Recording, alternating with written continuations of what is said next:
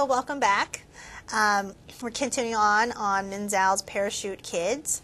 So often these parachute kids are 8 to 18 and they come unaccompanied to the United States. That might be shocking to many of you, but this is not uncommon in any way. It is actually really, really safe in Asia, relatively, and particularly if you compare it to the United States. You know, when I was in Hong Kong and when I was in Seoul and Japan, it's really typical and normal to actually have your kids walk around really late at night. You feel total safety, and really the crime rate is just so ridiculously low in comparison to the U.S. Remember that guns are not allowed in those countries, and it's so crowded, right? It's so crowded that, you know, really, if someone were to take your wallet, 100 people would just be right around them, right? So the rate of, I think, crime is just so ridiculously low in comparison to the U.S. They do have crime, right? I'm not saying they don't, but in comparison to the U.S., it's much, you know, I am very happy to see my daughter walk around at like 1 o'clock in the morning, and I would totally feel like she's comfortable because it really is that safe in some places in Asia, particularly, let's say, Japan or Hong Kong, and you don't go in these bad areas. So for these parents to actually send their kids at age 8 to 18 is not uncommon, okay? Number two, often these parents, they're not familiar with the U.S., they'll send their children to live with caretakers or relatives, and usually these relatives or caretakers live in middle-class suburbs, okay? Now, if you look at parachute kids, if you look at slide number 4, they're primarily Chinese. But again, if I were to probably, if you're listening, I'm sure a lot of people are themselves parachute kids who are watching this video. So many of them are Korean, Filipino, Indian. I always have West Indian parachute kids. Lots of people that just send their kids abroad because really you're sacrificing your gems so they'll have a better life, right? And again, sometimes we can debate that. Is it good to send your kids or not? Okay.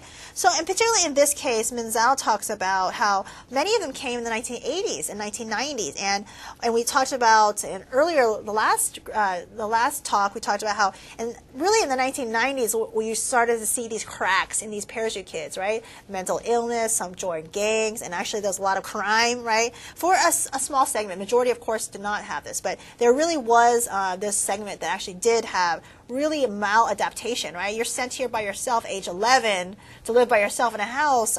Some of you make it and you become very mature and very focused, and you get into UC Berkeley, great. And some of you crumble, and some people really needed some sort of help, and they joined to have sort of a family, joined gangs, right? And gangs, sometimes there are things that you do, okay? So also, if you look at number 6, on post-1995, many new mainland Chinese came. And this is actually, yes, this continued phenomena. I see it all the time. And I actually worked at a private school at one point. And one of these private schools that for these elite kids who are very wealthy. And it was very unusual because these parents would actually ask our private school to actually sponsor them and actually take care of them. And I found it very unusual, right, that you're asking a private school to kind of foster or watch your child, but it was the case. It was, and actually this private school did it actually. They had a facility where they sponsored them, so it was really interesting, and they lived them, so very unusual. So I want you guys to think right now, and I want you to ask yourself, right, is this a better life, okay?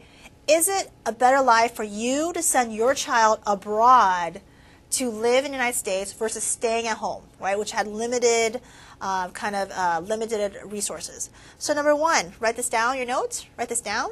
Why do parents send their children away, right? All over the world. If you walk all over, even LA, right? You walk all over LA. Sometimes if you look in certain eyes, you can see heartbroken eyes, right? There are women, domestic workers, all over the world who take care of other children's children while their children are at home, right?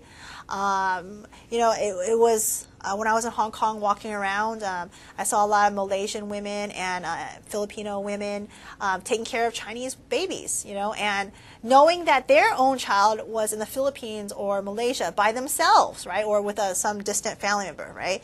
So why do these parents send them in? Is it a good choice, and is it a better life? Remember, the money difference between Indonesia and Hong Kong is extreme, right? You're going to make like 10 times more working a few days in Hong Kong than you would make in Indonesia, actually sometimes more, right? So you have to think like, and the money that you make, you can send back to your children, right? So I want you to think about, is it good or bad, okay? So in Taiwan, let's think about it. Why would someone in Taiwan want to send their kid away, right? Now, in previous talk, we talked about how, well, it's not like right now Taiwan's a kind of a ceasefire with China, right? A behemoth country that wants to take you over, that has publicly said you are part of their country. A country that is 1.3 billion people that's staring right at you, that if you talk to those citizens, they say Taiwan is part of China. Well, if you're in China and you did not want to be taken over by, if you were in Taiwan and you didn't want to be taken over by China, these would be like scary words, right? These would be like historically very frightening words. Taiwan has already been taken over by Japan, right? So very frightening words. Now let's think about Hong Kong. Hong Kong is a wonderful international node of commerce, but also Hong Kong is very overcrowded. It's also polluted, right? There are places for improvement. You have social mobility in some sense, but for the vast majority of Hong Kong people, they're really on their own, right?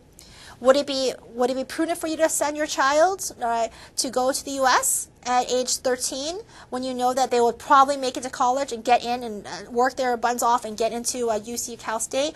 Or would you want your daughter who goes to public school in Hong Kong would have a very limited chance to get into college, right? Very limited chance to get in, right? It's the competition is crazy, okay? What would you do? Okay, do you want her to live in that kind of wonderful transnational space of Hong Kong, but polluted and has these other issues, or you want to try to see if your daughter can move to another country and maybe you can join them later? Let's think of China. We have 1.3 billion people in China. The vast majority, go up to 8th grade. So there's very little chance. Really, it's like it's really rigged from a very early age, right? Only the most elite will go to college, right? You have to be super intelligent, right? So can you imagine? I always tell my classes, in China is not like the U.S. school system. You take one test. The test actually examines everything you learn from 1st grade to 12th grade. Okay, a one-day test. Your entire family waits outside for you, like camping out, right? You're taking that test, right? So your mom, your dad, your grandparents, it's all dependent on that test, right? Some of you guys are not good test takers, right? Can you imagine taking a test to do things that you learned in 3rd grade? Right? So in China, it's a one-shot, one-test thing. Can you make it? Well, guess what? Most Chinese people don't make it, right? They don't get into college, okay? Well, if you can't take that one test that tests you on your everything from K to 12, could you go to, let's say, a junior college in America that's open enrollment? Yeah. Could you study really hard and get okay grades? Yeah. And could you go to maybe a low or medium or high selection college or no selection college? Yes. Okay. So these are maybe reasons why people would actually try to push their kids into America, or doesn't have to be America, but it has in Australia there's parachute kids, Canada there's lots of parachute kids, right? So this is kind of like a calculated way, and also kind of a self-protective way for your children to kind of succeed in life when the competition is so fierce in other places where they're from. All right, so let's look at the pros. Now, in earlier chapters, I asked you to write a pro and con of why would you send your kids abroad at age 8? Why would you send your daughter or your son abroad at age 12 by themselves? Remember, mom and dad is not with you, right? But if you go to Hacienda Heights, you're going to meet a bunch of parachute kids. If you go to Arcadia, you're going to meet a bunch of parachute. If you walk around Cal Poly, I guarantee you these stories of these parachute kids and it's not just Chinese. It's various cultures have parachute kids. So let's talk about the pros. Number 1, better education. Well, I guess I'm biased, but I'm going to argue that America has the best education in the world.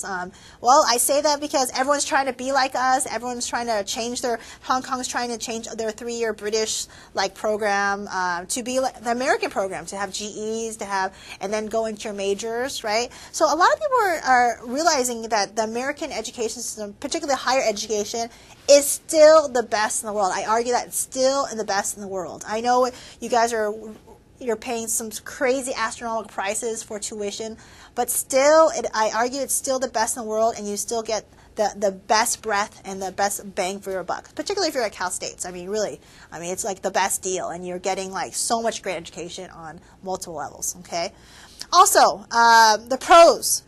If you send your kid at 12, guess what? That kid could be talking back to you at age 12, but guess what? They grow up pretty fast at age 12 when they're by themselves. When a 12-year-old has to cook by themselves, when a 12-year-old has to go on a plane by themselves, when a 12-year-old has to get to school and sign all the documents and get immunization shots by themselves, yeah, maturity is going to be much faster for them, right? They're going to be very individualistic and very self-organized, okay?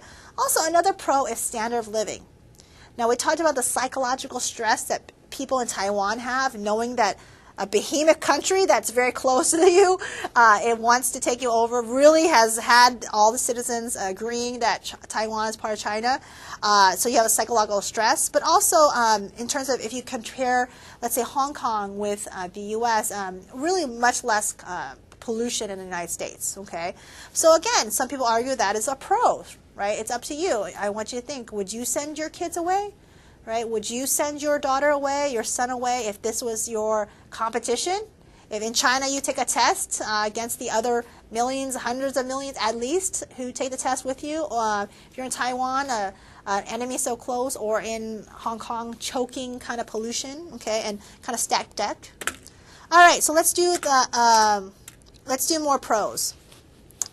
All right, so more pros. If you send your son away, guess what? In Taiwan, in Korea, and in Austria, I believe, you don't have to, and also Russia, you don't have to serve in the military. That is a pro, right? Many people say that, guess what? It's kind of good. I've actually met them all over the world, these elite Koreans, elite Russians, and to be Korean, to be Russian, everyone's got to join the army. It's required, right, in Taiwan. But these very wealthy, millionaire Koreans, millionaire Russians, you know what? They don't want to join the army, okay? And a pro to them is you don't join the army. And another pro is it's easier to get in college, right? You join the army, required 3 years, 4 years, you're to come out in your mid-20s, right?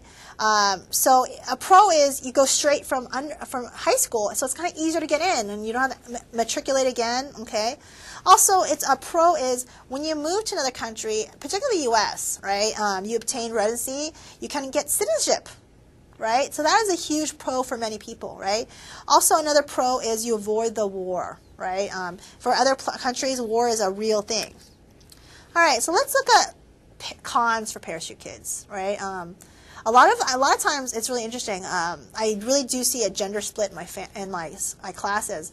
A lot of the guys say, you know what, I would do it. I would send my kid away. And a lot of the women are like, I would go with him somehow.